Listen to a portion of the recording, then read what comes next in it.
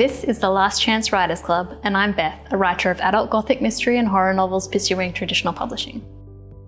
Whoever you are, however long you've been writing, no matter how many rejection letters you have clogging your inbox or papering your walls, you always have one last chance to try again. At the start of 2024, after years of rejection, I gave myself one last chance to write a publishable novel. A year later, I had a novel I truly loved, and a literary agent who loved it just as much. These are the questions I asked myself that changed everything for me. What if you research the market? I need to start this episode with a disclaimer. I'm not suggesting you take up palmistry or reading the stars.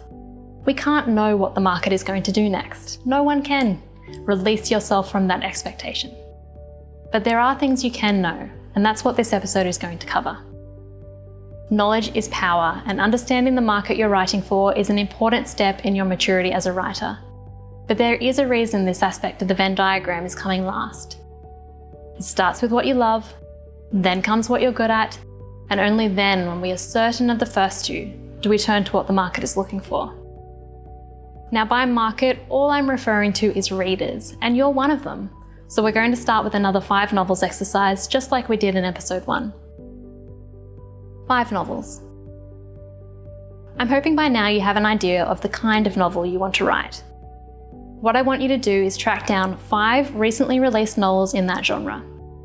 By recently, I'm thinking last 2 years. You could find these at your local library, you can borrow them as ebooks, or you can track down that incredibly well-read friend of yours and raid her bookshelf. If you want to include some classic or older best-selling novels in your genre, that's fine. But if you do, I want you to stretch your list to 10 novels. Now, as you read, I want you to start noting common factors. What you're looking for are the expectations readers of your genre have for the novels that they read. For my part, I noted point of view, tense, how the novel opened, characteristics of the main character. And I also noted how I felt about these aspects, because that's just as important. Lee Child is one of the most successful writers today. When he started writing his first Jack Reacher book, he read every novel he could find in his genre. He loved The Itinerant Travis McGee by John D. MacDonald, while he found himself growing weary of the downbeat alcoholic detective type that was popular at the time.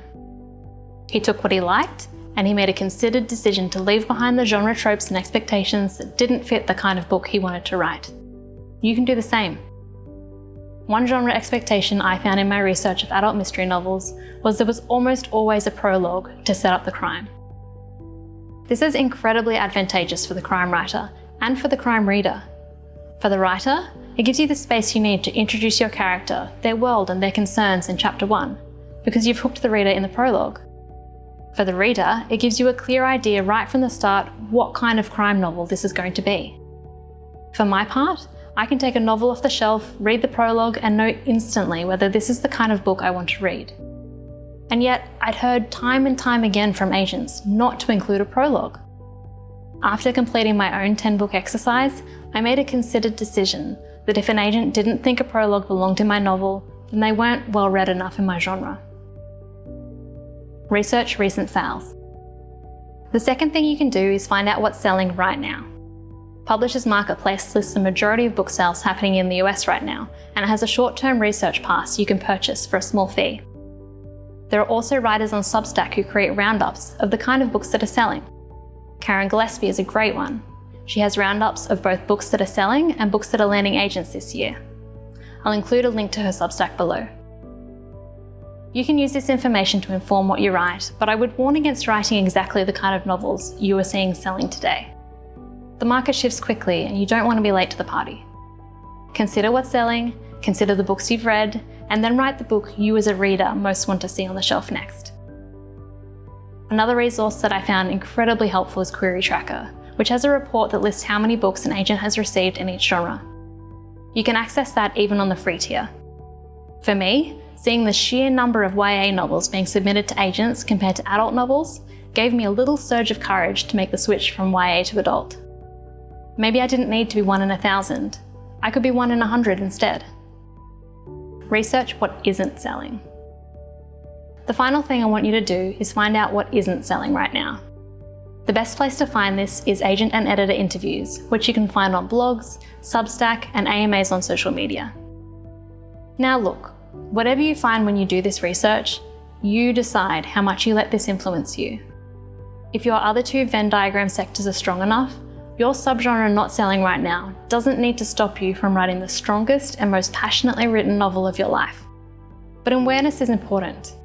You could be writing a novel that won't sell right now, but publishing is a long game, and you're going to be here a long time. I can feel it. Okay, so now you have your Venn diagram. You've got what you love, what you're good at, and what readers want to read. You have all the elements of your strongest, most marketable novel right there. You can fill out the last element in your Venn diagram in the worksheet for this episode, which I'll post a link to below. Please do consider liking and subscribing if you enjoyed this episode. This is the Last Chance Writers Club. In next week's episode, we're going to be talking choosing and refining your concept. In the meantime, remember, it's only your last chance if you decide it is. It's never too late to try again.